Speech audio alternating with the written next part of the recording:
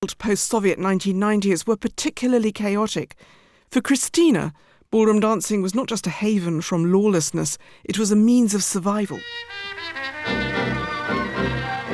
It was a really rough time for everyone. I think it was, like the country was at war, just without bombing. It was very tough times, very gloomy, very difficult time. We kind of called lost generation because we grew up with one mentality and one ism, like communism and socialism. But when it all collapsed, nothing came to replace it. So let's say for me, because I was in that sort of environment of sport and competitions, even it was really tough on the outside, I had an outlet to go and do my competitions and study dancing and so on. Unfortunately for my friends, it was quite difficult. Lots of them went to gangs and being groomed to do crime and everything, and maybe drugs. It was awful time, I must say. My parents struggled because they both lost jobs. And eventually I started teaching, and when I was very young, I started assisting my dance teacher. So I think at that time I understood actually I can survive by doing what I love. The end of Soviet rule did mean Russian dancers were no longer barred from foreign travel. For the first time, they could take part in competitions in the West and see new steps and dances for themselves. The new struggle was economic, finding ways to cover travel costs, as Leonid Pletnev recalls. Once I made a trip to Blackpool from Moscow by car. 9,000 kilometers via 7 countries.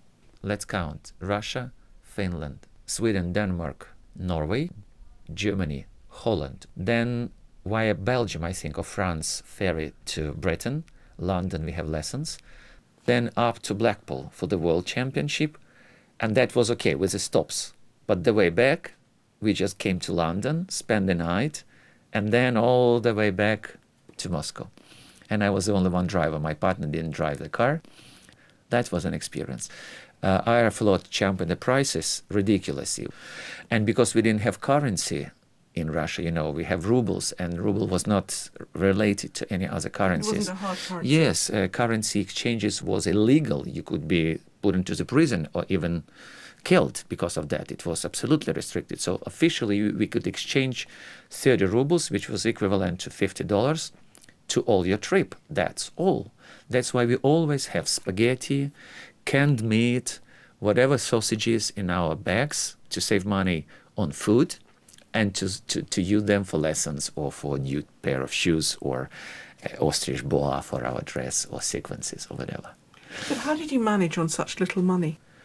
When I was 30, I used to work in Germany in a restaurant together with my partner as a dishwasher. When people in the kitchen realized who I am, highly educated engineer architecture, Russian champion, winner of a lot of international competitions, whatever, popular teacher of dance, working as a dishwasher in a restaurant, said, "What are you doing here?" I said, "I just need money."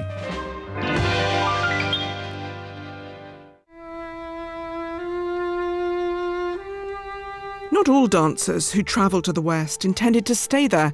Kristina Rihanoff left Vladivostok, aged 23, armed with a degree in tourism and hospitality and some experience teaching dancing, and via international dancing competitions, she ended up in America.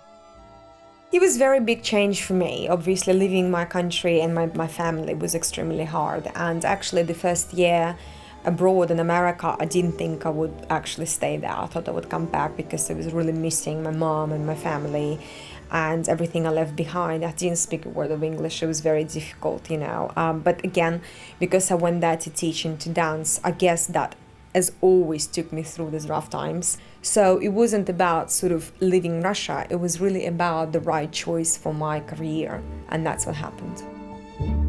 Gleb Savchenko's journey abroad took him first to Latvia, one of the tiny Baltic republics, where